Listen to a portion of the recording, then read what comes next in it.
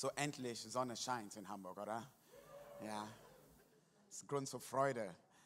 Aber auch Grund zur Freude, weil Jesus der Mittelpunkt ist von alles, was wir tun und machen. Ja, und deswegen unsere Freude hört nie auf. Okay, hört nie auf. Heute Morgen will ich mit euch über das Thema aktiviere den Frieden.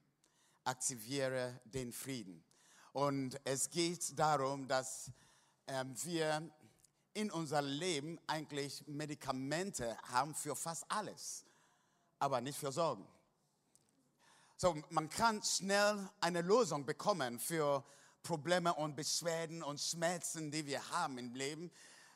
Und man geht einfach zu einem Arzt und der Arzt hat irgendwie ein Medikament für uns und wir hoffen, dass wenn wir das Medikament nehmen, dass uns dann besser wird. Und das ist auch gut. Aber ich habe noch kein Medikament gesehen für Sorgen und kein Medikament für Angst. Und dennoch, ich weiß, das ist etwas, die manchmal mein Leben, unser Leben, wie ein Virus einfrisst.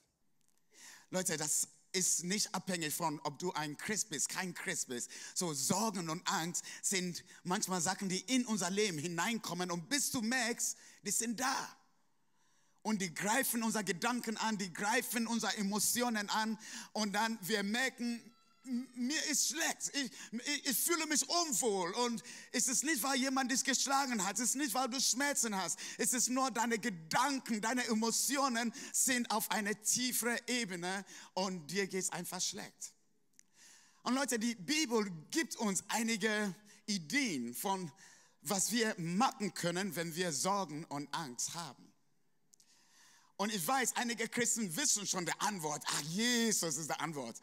Ja, ich habe ein bisschen mehr entdeckt. Und deswegen soll unser Herz einfach heute Morgen ein bisschen offener werden, um zu sehen, was auch in die Bibel steht. Seid ihr dabei? Eine Geschichte erstmal aus Markus Evangelium, Kapitel 4. Am Abend dieses Tages sagte Jesus zu seinen Jüngern, lass uns über den See ans andere Ufer fahren. Sie schickten die Menschen nach Hause und fuhren mit dem Boot, in dem Jesus saß, auf den See hinaus. Einige andere Boote folgten ihnen. Da brach ein gewaltiger Sturm los. Hohe Wellen schlugen ins Boot. Es lief voll Wasser und drohte zu sinken. Jesus aber schläft hinten im Boot auf einem Kissen. So ist es schön, diesen Text mal zu lesen. Ja. Könnt ihr mal vorstellen, so die Fischer, die fit waren, die wussten genau, wie man mit einem Boot umgehen kann, auch im Sturm. Die waren perplex, überfordert. Und wer lag so in seiner Wellness-Massage? Jesus. Jesus. Da weckten ihn die Jünger und riefen, Lehrer, wir gehen unter. Kümmert dich das denn gar nicht? In anderen Worten, hey, geht es dir gar nicht an? Hey, wir sterben gleich. Jesus stand auf, gebot dem Wind anhalt und befahl dem See, sei still, schweig. Sofort legte sich der Sturm und es wurde ganz still. Warum habt ihr Angst? Fragte Jesus seine Jünger. Habt ihr denn noch immer kein Vertrauen zu mir? Die Männer voller Entsetzen sagten zueinander, was ist das für ein Mensch? Selbst Wind und Wellen gehorchen ihm. Ich meine, die hatten erstmal Angst von einem Sturm. Aber später, die hatten Angst von der Person, der im Boot war.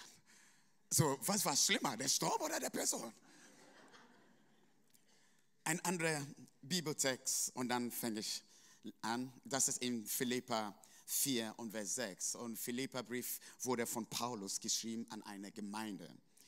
Und er sagte, sorgt euch um nichts, sondern lasst in allen Lagen euer Bitten durch Gebet und Fürbitte mit Danksagung vor Gott laut werden. Und der Frieden Gottes, der alles Verstehen übersteigt, wird euer Herz und Gedanken bewahren in Christus Jesus.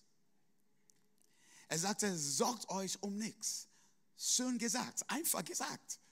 Sogar meine Tochter, 9 Jahre alt, sorgt sich an ihre Figur. Ja, Papa, bin ich so dick, bin ich so klein. Da ist Sorgen in der ganzen Welt.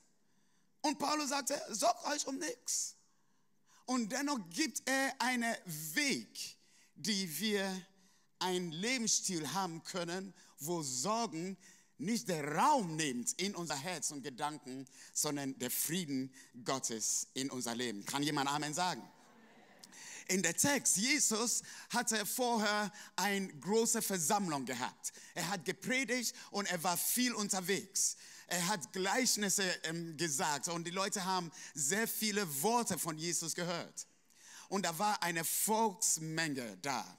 Und Jesus war einfach fertig mit seiner Predigt und er sprach zu seinen Jüngern und sagte, hey, lass uns mal auf die andere Seite gehen. Weg von der Volksmenge und lass uns einfach gehen. Wir hauen einfach ab von hier. Und die wussten gar nicht, was auf sie zukommen werde. Aber ich glaube, Jesus wusste das. Er stieg ins Boot hinein mit Leuten, die beruflich auch Fischer waren und die wussten genau, wie man das Boot so steuert. Und er vertraute einfach drauf, dass sie an die andere Ufer kommen werden.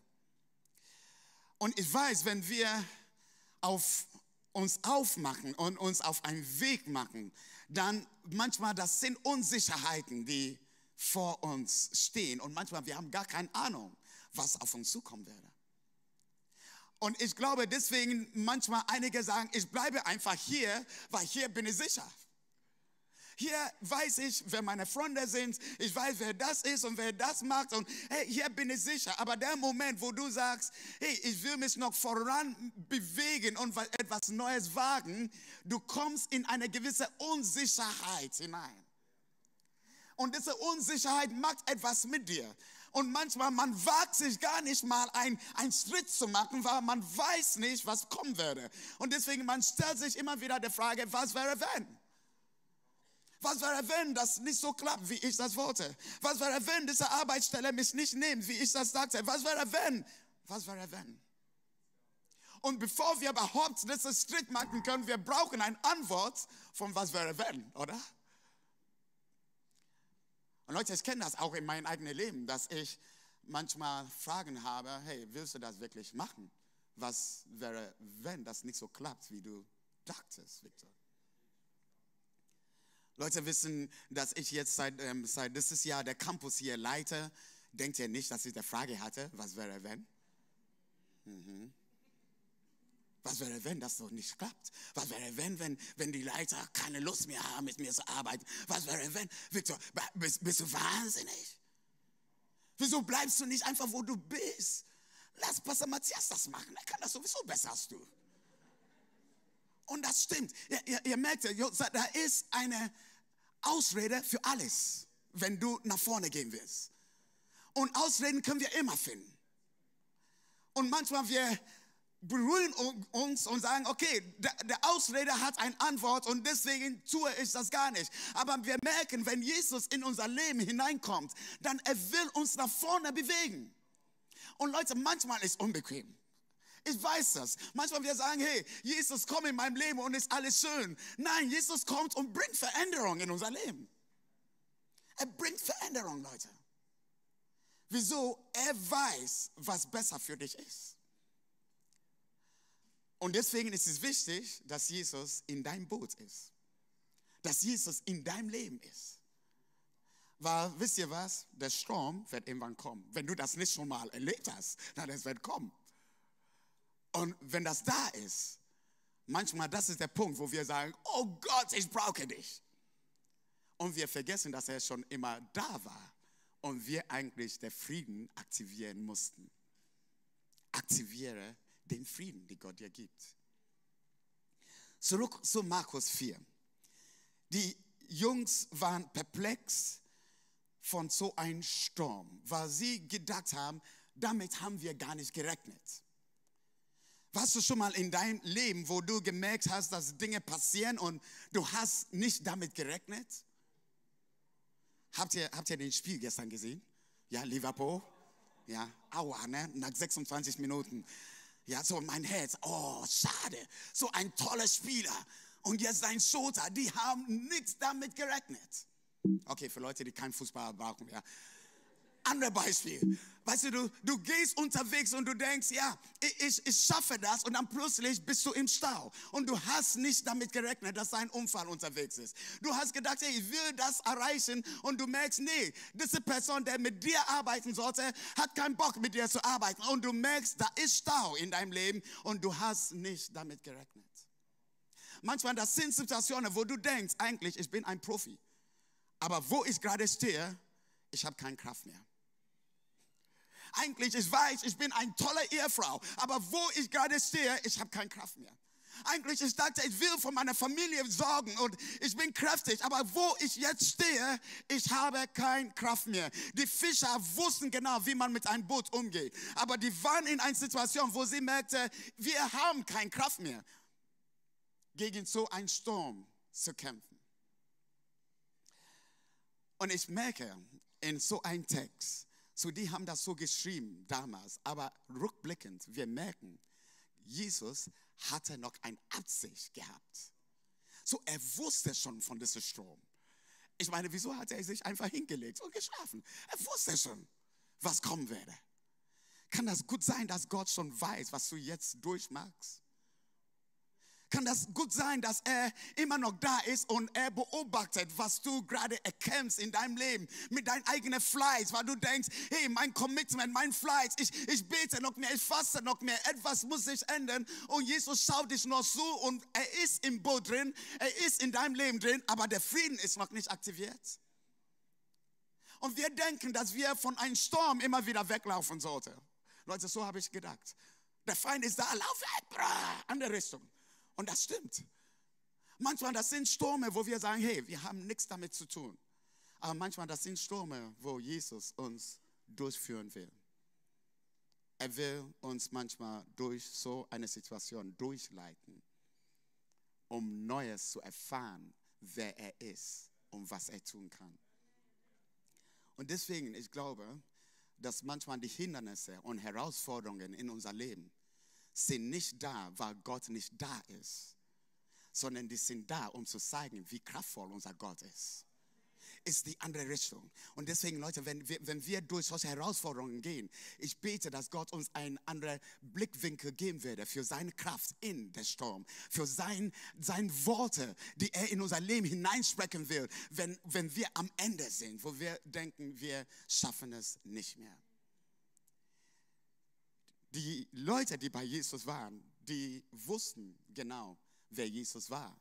Aber die wussten nicht, dass er jemand ist, der die Wellen und die Sturm, ja, das Naturkatastrophe einfach zum Schweigen bringen könnte. Die wussten das gar nicht. Und manchmal die Sturms in unser Leben sind da, um uns zu offenbaren, was Gott tun kann und bewegen kann. Was taten dann die Jünger? Die waren irgendwann am Ende und die gingen dann zu Jesus und weckte ihn auf. Wart ihr schon mal in einer Situation, wo ihr nur geschrien habt, aber Jesus, wo bist du? Liebst du mich noch? Wir reden von der Liebe Gottes. Wo ist er? Und in so einer Bedrängnis, manchmal gehen wir zu Gott. Leute, es ist gut so. Das ist genau, was die 12 Männer gemacht haben. Die gingen zu Jesus in so einer Bedrängnis. Und die haben ihm gesagt, Jesus, kümmerst du nicht über uns? Hast du uns vergessen? So ist es normal, dass in Situationen, in Herausforderungen, dass wir die Liebe Gottes für unser Leben manchmal bezweifeln. Wir bezweifeln das. Er sagt, er liebt dich. Er sagt das oftest in die Bibel. Hey, ich habe der Welt so sehr geliebt, dass ich am Kreuz ging für jede Person. Er hat das so oft gesagt, aber manchmal in Bedrängnisse, wo wir keine Antworten haben über unser Was wäre wenn. Wir zweifeln an der Liebe, die Jesus für unser Leben hat. Jesus stand auf und er war ein Mann des Actions, ja. Er hat sofort Sachen gemacht und ja, der Wind ist zur Stille gekommen. Aber was mich bewegt, sind die Worte von Leuten, die verzweifelt waren. Weil ich kann mich sehr gut identifizieren. Manchmal in Stürmen meines Lebens, wo ich selbst verzweifelt bin, so gehe ich auch manchmal zu Gott. Die Bibel nennt das Gebet. Die Bibel nennt das, mit Gott zu reden. Manchmal man denkt, man muss ein guter und braver Christ sein, um ein Connection nach oben zu haben. Nein. Er will dich so haben, wie du bist, in deiner Bedrängnis. Und wenn du ihm sogar sagst, Jesus, hilf mir, er ist da, um mit dir zu reden. Und hör, was in Philippa nochmal steht. Philippa 4. Sorgt euch um nichts, sondern lasst in allen Lagen, euer Bitten durch Gebet und Fürbitte mit Danksagung vor Gott laut werden. Es ist wie Paulus sagte, der Rezept, die Tabletten, die wir brauchen, die Spritze, die wir brauchen, wenn wir Sorgen haben, ist ein Lebensstil des Gebetes und Fürbitte. Es ist das Wort, in das Griechisch heißt, dein Anliegen vor Gott zu bringen. Es ist wie, man bringt das einfach vor ihm. Aber es endet mit das Wort mit Danksagung. Leute, ich habe das auch oftmals praktiziert. Ich habe oftmals Gott gesagt, was mich nervt. Die Leute, die sich ändern sollen, sonst habe ich keinen Bock mehr. Ja, ich habe gebeten. Ja, so, ich muss euch das gar nicht alles sagen. Ja. Aber manchmal, man ist frustriert, weißt du, und man betet und man denkt, irgendjemand muss sich ändern und das muss anders sein und das muss anders sein. Aber ich habe das Wort Danksagung immer wieder vergessen. Und wisst ihr, was dann geschah? Nach so einem Gebet, ich habe gedacht, ich habe Gott alles gegeben. Aber ich trage das immer noch mit mir in meine Gedanken. Und deswegen, obwohl ich das ausgesprochen habe, die Antwort ist nicht sofort da. Und deswegen, der Gedanke ist immer noch da. Und das prägt immer noch meine Gedanken. Und ich habe dieses Schluss entdeckt, dass mein Gebete und Fürbitte muss in eine Danksagung vor Gott kommen. Das heißt, es ist nicht nur ein Anliegen, die ich Gott rüberbringe, sondern danach, ich danke Gott für die Person. Wenn ihr einen Streit habt, wenn ihr verheiratet seid, ein Streit, Mann, Frau, super, ein Sturm, sehr schöner Sturm. Man kann beten und sagen, Gott, verändere ihn. Gott, verändere ihn. Verändere sie. Zwei Unterschiede sind man, ja, dieselbe Gebet. Verändere ihn, verändere sie. Aber wenn man das gebetet hat und dann man fängt an, Gott zu danken für seinen Partner. Gott danke für was sie immer noch tut. Gott danke, dass sie das und das immer noch bewegt. Gott danke, dass das und das immer noch geschieht in ihr Leben. Danke, dass du sie immer noch liebst, sogar mehr als wie ich sie liebe. Du wirst merken, wie dein Gedanken von Sorge sich verwandelt in Danksagung. Und du siehst das Gold in das Schmutz. Du siehst Potenzial in Probleme. Du siehst andere Dinge, die dein geistliche Augen erstmal erkennen werden durch Danksagung. Leute, das versuche ich immer wieder zu praktizieren. Wenn ich Anliegen vor Gott bringe, am Ende ist Gott, danke. Danke für meinen Chef. Danke, dass das und das geschieht. Danke, dass du diese Person immer noch liebst. Danke, dadurch ist mein Gedankenwert erneuert. Was sagt Paulus hier? Er sagte, und Vers 7, und der Frieden Gottes, der alles Verstehen übersteigt, wird euer Herz und Gedanken bewahren. Was bewahrt unser Herz und Gedanken? Den Frieden Gottes. Liest ihr das mit mir oder liest ihr das alleine? Ja, der Frieden Gottes wird unser Gedanken und unser Herz bewahren. Wo kommt am meisten Sorgen in unser Leben? Unser Gedanken und unser Herz. Leute, manchmal, du kannst diese Sorgen nicht wegdrücken. Es prägt uns immer noch unser Denken. Aber aktiviere den Frieden, den Gott dir gibt. Und fängt an, Gott zu danken. erstmal das vor Gott zu bringen, das Anliegen vor Gott zu bringen. Und danke Gott für Situationen, die du noch nicht siehst. Danke Gott für Dinge, die er am Kreuz für dich getan hat. Danke ihm für Möglichkeiten, die er bringen werde in dein Leben. Kann jemand Amen sagen? Aktiviere den Frieden. Die Bibel sagt ja, Jesus ist der Friedenfürst. Und deswegen, wenn er in unser Boot ist, dann garantiert, da ist Frieden in unser Boot. Es ist nicht so, dass der Frieden irgendwo außerhalb ist. Der Frieden ist in unser Leben, wenn Jesus in deinem Leben ist. Nur das Problem ist, unsere Augen sehen nur das Problem und die Herausforderung, dass wir keinen Frieden mehr sehen können. Und deswegen heute Morgen, meine Botschaft an dich ist, aktiviere den Frieden, den Gott dir gegeben hat. Lass nicht locker, dass die Sorgen und der Last von dieser Welt unser Herz überwältigt und Gedanken überwältigt, sondern lass der Frieden Gottes Raum in deinem Leben, Dinge zu verändern, die du selbst nicht verändern kannst. Deine Gedanken und dein Herz werden bewahrt durch Christus. Leute stehen auf jeden Morgen und bist du motiviert, deinen Tag zu begegnen? Oder stehst du auf und du denkst schon an deine Sorgen? Stehst du auf und du denkst schon an die Probleme, die du sehen werdest bei der Arbeit? Stehst du auf und du denkst, hey, da ist schon ein Berg vor mir, den ich nie überwältigen kann?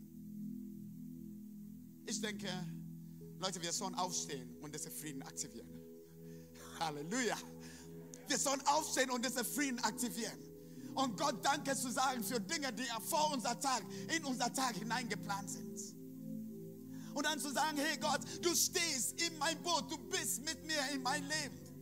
Hey, wer ist diese Person, die gegen mich ist? Wer ist diese Situation, die gegen mich ist? Wenn du der Friedenfürst in mein Leben ist, aktiviere den Frieden, den Gott dir gegeben hat. Halleluja. Halleluja. Am Ende von der Geschichte, Jesus hat gegen diesen Sturm gesprochen und da war Stille. Da war einfach Stille. Nur Worte, die er ausgesprochen hat. Ich glaube, das waren nicht die Worte, die Jesus ausgesprochen hat. Das war der Person selbst. Er muss nur aufstehen und alles ist still. Er muss nur da sein und alles muss seine Autorität beugen. Alles. Ich glaube, wir Leute, die mit Jesus unterwegs sind, wir sollen das Bewusstsein haben, wie viel Kraft Jesus in unserem Leben ist und hat. Und vielleicht in dieser Woche, er will Sachen aussprechen gegen jeden Sturm, den du hast in deinem Leben.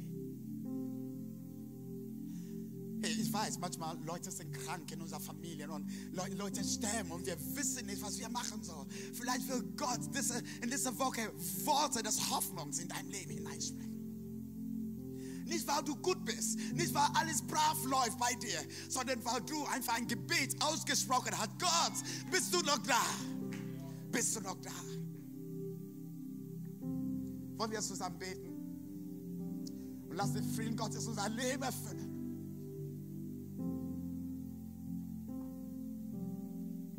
Oh Gott, oh Gott.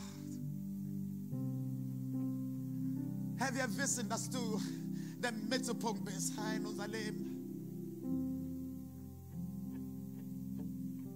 Und dennoch, wir merken, wie manchmal Sorgen diesen Raum nimmt. Wir merken, wie manchmal Angst da ist und wir wissen nicht, was wir zu tun haben. Ich danke dir für dein Wort, die Bibel, wo du uns einfach klare Weisungen gibst. Heute Morgen, wir wollen unser Anliegen einfach vor dir bringen. Ich will euch einfach ermutigen, einfach eure Anliegen einfach vor Gott zu bringen. Das Fürbitte zu machen. Mach deinen Mund auf und rede mit Gott.